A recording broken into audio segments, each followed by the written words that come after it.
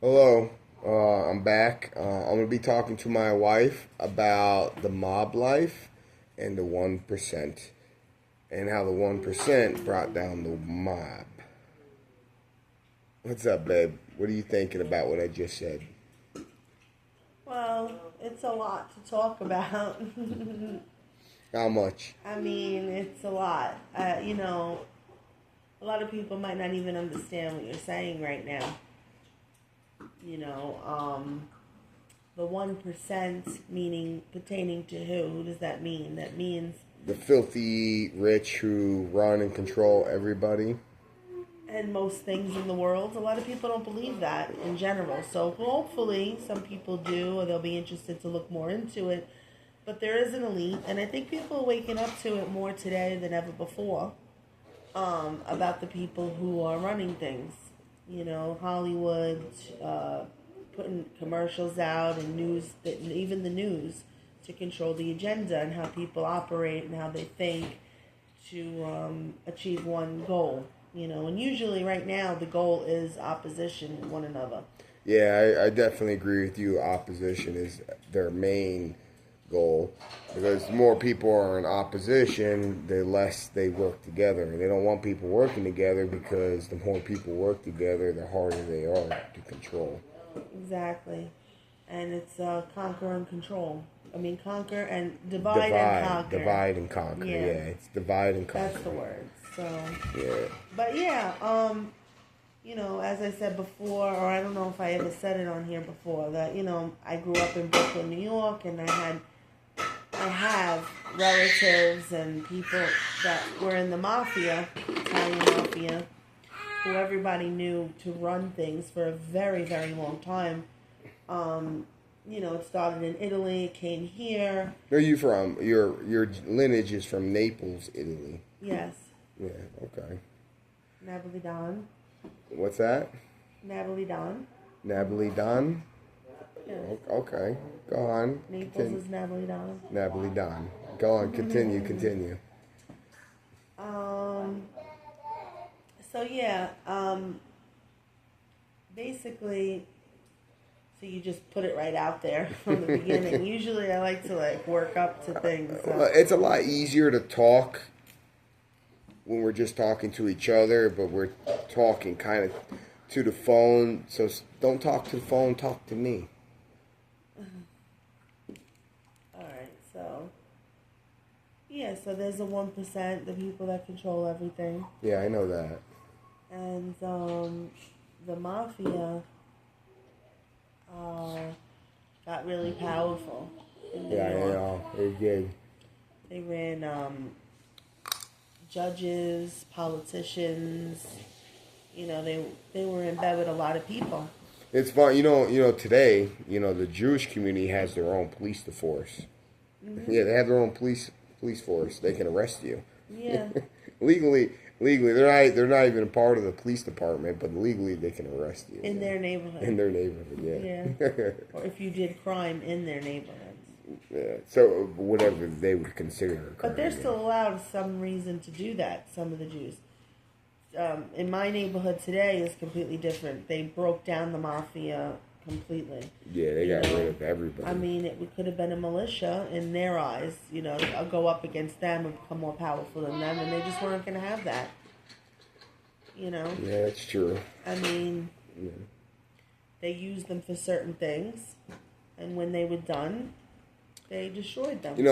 When Paul Castellano wanted to make the Italian mob legal, most of the Italian people were assimilating themselves to the American way, and they were learning on how to be, to assimilate themselves, how to be a citizen.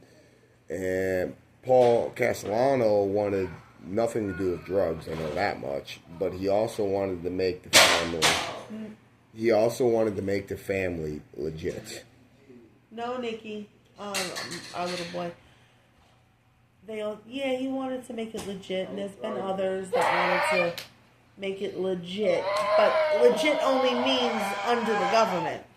Yeah. They had their own thing going on, and the government did their thing, and they coexisted together. But why for so long were they allowed to commit crimes with no persecution? But as soon as they wanted to do things legally with the politicians and law enforcement and all the government that they had in their pockets, why would becoming legit be a problem? Because if they started to do things, I guess, that were considered legal, and they already had the power they had, then the elites could be exposed, and then they risk possibly sharing or being under the mob. The mob could have reached great heights. They could have went to the Roman Empire. So the mob could have been the 1%, you're saying? Yeah, possibly. And that can be said about a lot of different criminal organizations. I guess it can, sure. But what makes an organization criminal? I mean, the United States, other countries, and they influence and do things that are brutal. I know, like the United States will go into Islamic country and try to grow that country, and build a republic in that country. And then the people that don't want that, obviously, there's two sides. So half the country wants that, but the other half doesn't. So the United States goes in that country and tries to build a government and a republic in that country. It's called imperialism.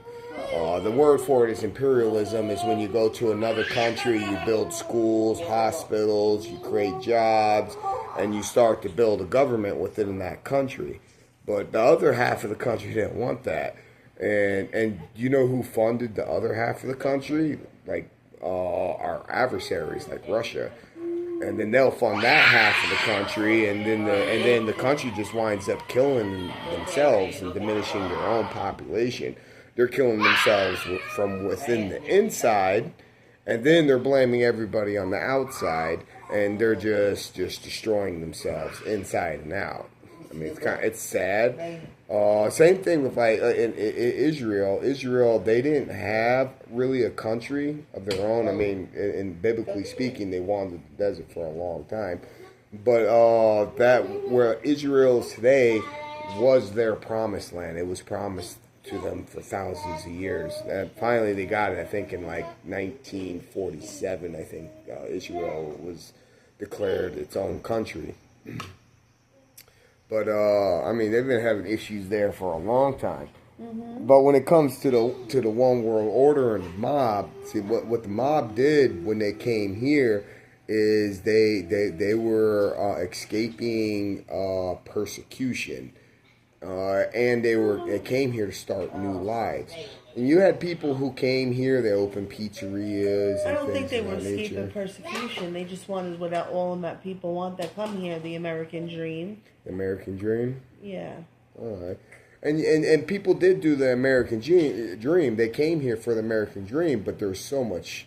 I mean, think about everybody who comes here. They're looked at. Remember, people were already established here, mm-hmm. and it was harder for them to get in first because they came a little bit later, yeah. And they were tired of being walked all over and told no and this and that, and they didn't have the same rights, even though they did it legally and they came here as citizens. They became citizens mm-hmm. here. They weren't illegally here. No, they're illegally here, yeah. Yeah, but so then they said, you know what? We're gonna do what we gotta do for our own and for our neighborhood, and we're gonna make the money we need for our families and our lives, and they did that, and that was the original goal. And I think the government left them alone. But then when it became bigger, you know, by legal things that they were getting involved in, they were getting involved in the construction. Yeah. Unions. Yeah, they own the unions, yeah. So. I mean, it became too big, and I think that they used them for a time, and then they destroyed them viciously. But you want to know something? That was what? The mob, I think, came around 1940, 1930. Oh no, they were here well into before the 20s. For 1920, 1915. Yeah, perhaps. I'm not exactly sure of the timeline. So, when a country's at war with other countries, what the government tends to do is they'll allow the citizens to create their own government or within the country, because the government's too busy fighting everybody else that they'll leave their own citizens to police themselves. And that would be World War One and World War Two. And the mafia became very strong at that point. They were policing their entire neighborhoods, and the politicians and all that stuff. They were in their pockets, so to speak, because of the wars that the United States was in at the time. So they allowed the Italians to grow the way they did. And gain power the way they did because so much external resources were being put elsewhere. Possibly. But if you think about once those external resources were no longer being expended elsewhere, they had to deal with the up and coming threat of a group, a family. They called themselves the families. Yeah, the families. Yeah, the family. They had to deal with the up and coming threat, which was the family that had their fingers in our government. And the 1%, the one world order, wants to rule the government by itself.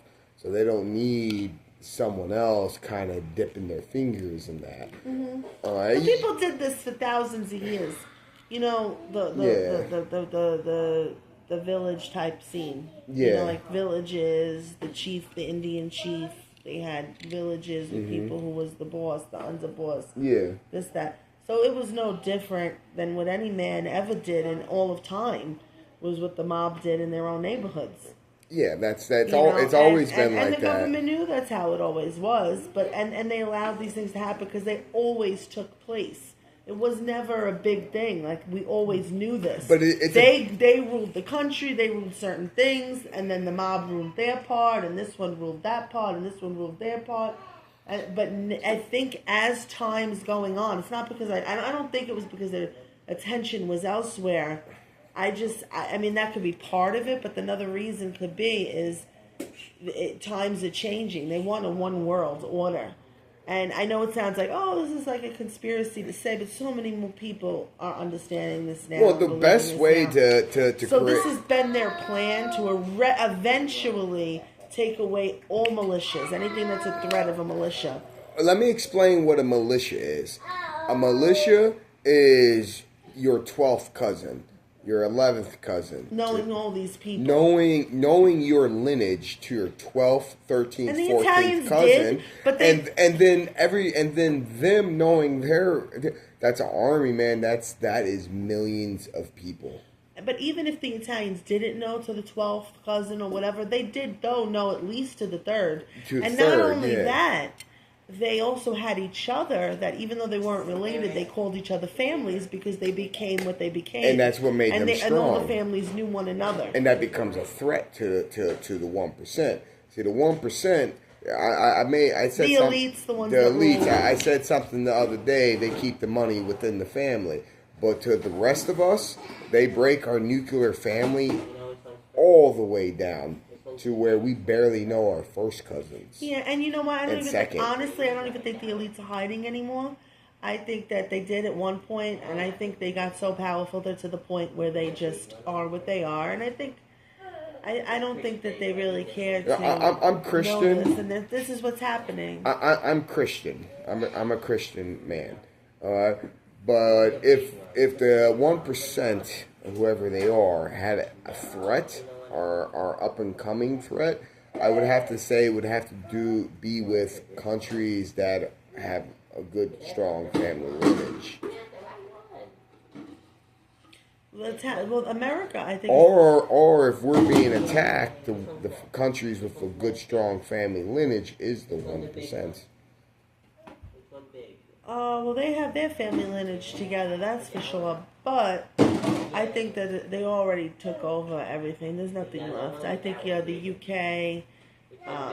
I think most places are taken down for the most part, or under their control anyway. Yeah. So it's interesting. It's making people aware, but most people are aware now.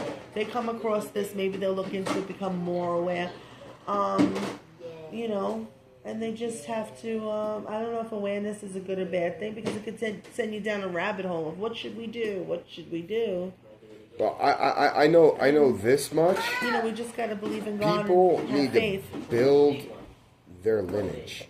They need to grow their culture. All right, stop indoctrinating yourselves into everybody else's culture. Your culture is your strength, is your livelihood, and it is a future for your children. What do you mean by that example? Example, when you start building your lineage, and other families start building a lineage with you, you start having sons and daughters, nieces and nephews, cousins. More children, which they discouraged through the media. They're discouraging that. And then when you're tightly knitted, that means that you stay strong within your community, and your community grows. And it'll keep growing into the hundreds of thousands.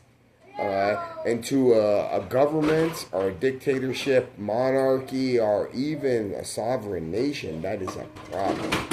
Because when a family is that big,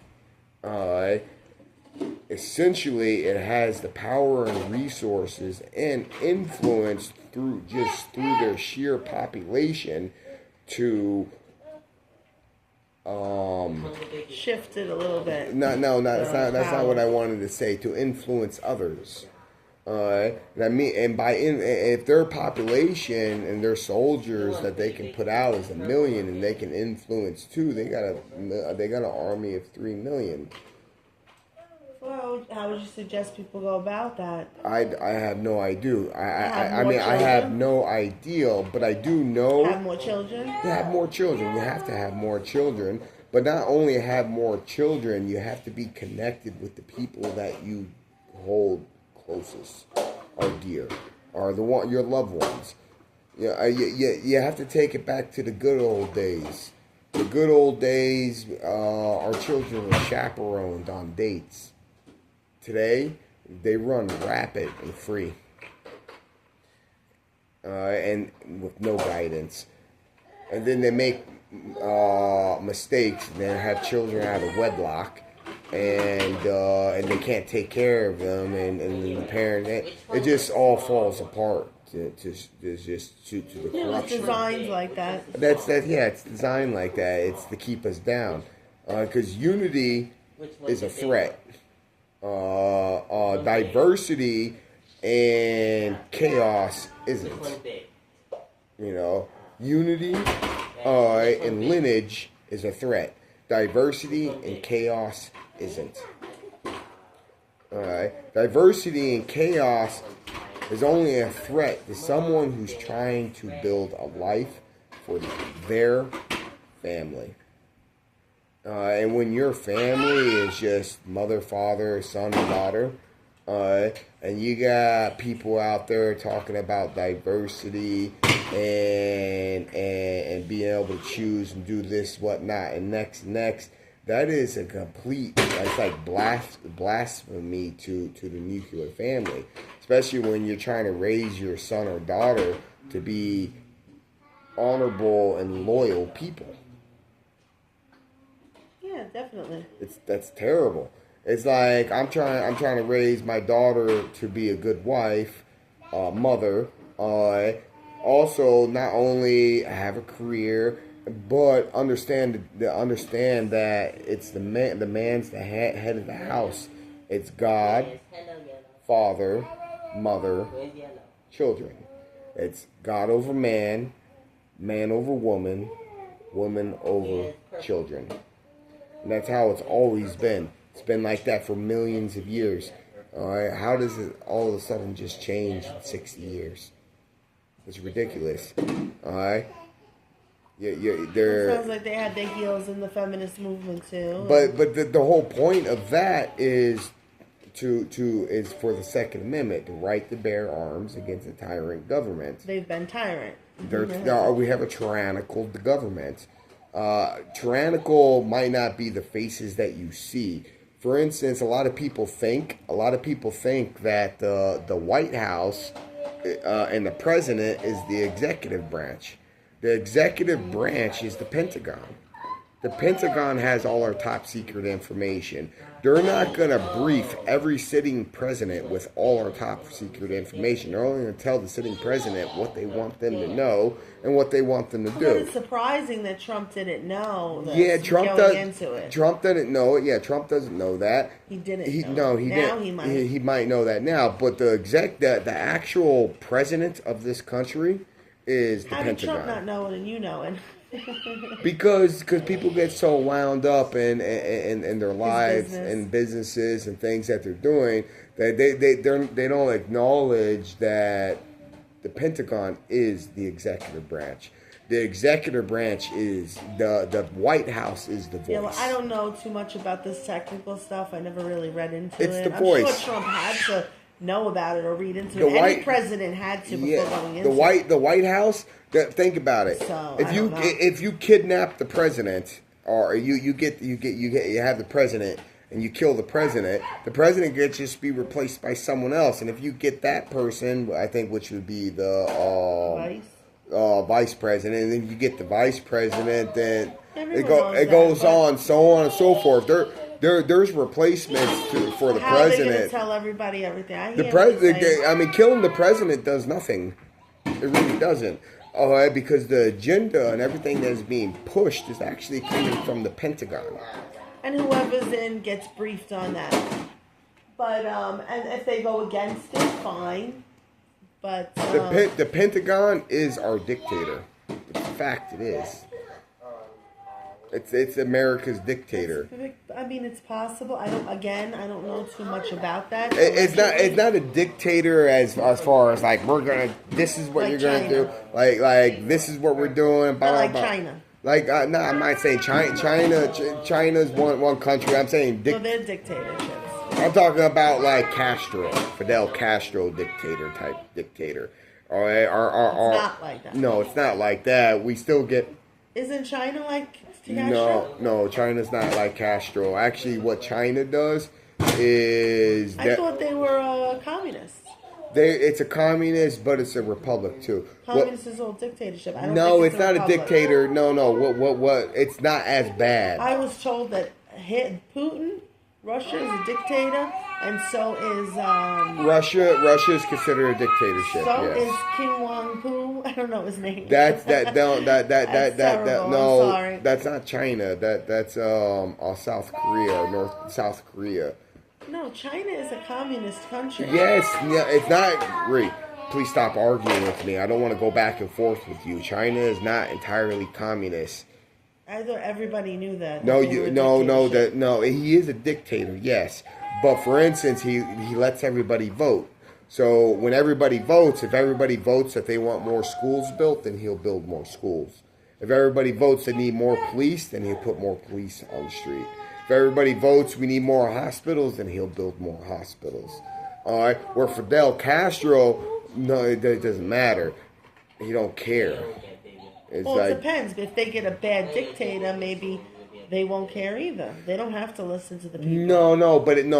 It's written into law that's how it has to be done. So even if they have a bad dictator or not, the people get the vote. How did you really? I didn't know you read into all this. Okay. Yeah, I know that. Yeah, if you have a bad leader in China and everybody votes for more schools, the bad leader still has to make more schools. Anybody listening, please like, comments. Let us know if you've read more about this. I would like to hear. If anybody knows anything on China and dictatorships and what the differences are from one communist country to another. Yeah, and what was I saying before? I was trying to make a point on something. That it's not the president; it's somebody else. Yeah. The president is just a voice. The executive branch is actually the Pentagon. The White House is. The White House, That's where the leader is for the public to see. But the actual leader is not in the White House. That's all. Listen, please comment on this. If you can listen all the way through, I hope you We'd do. love to hear your I'd love to input. hear your input. And thank you. Thank you. Have a good night.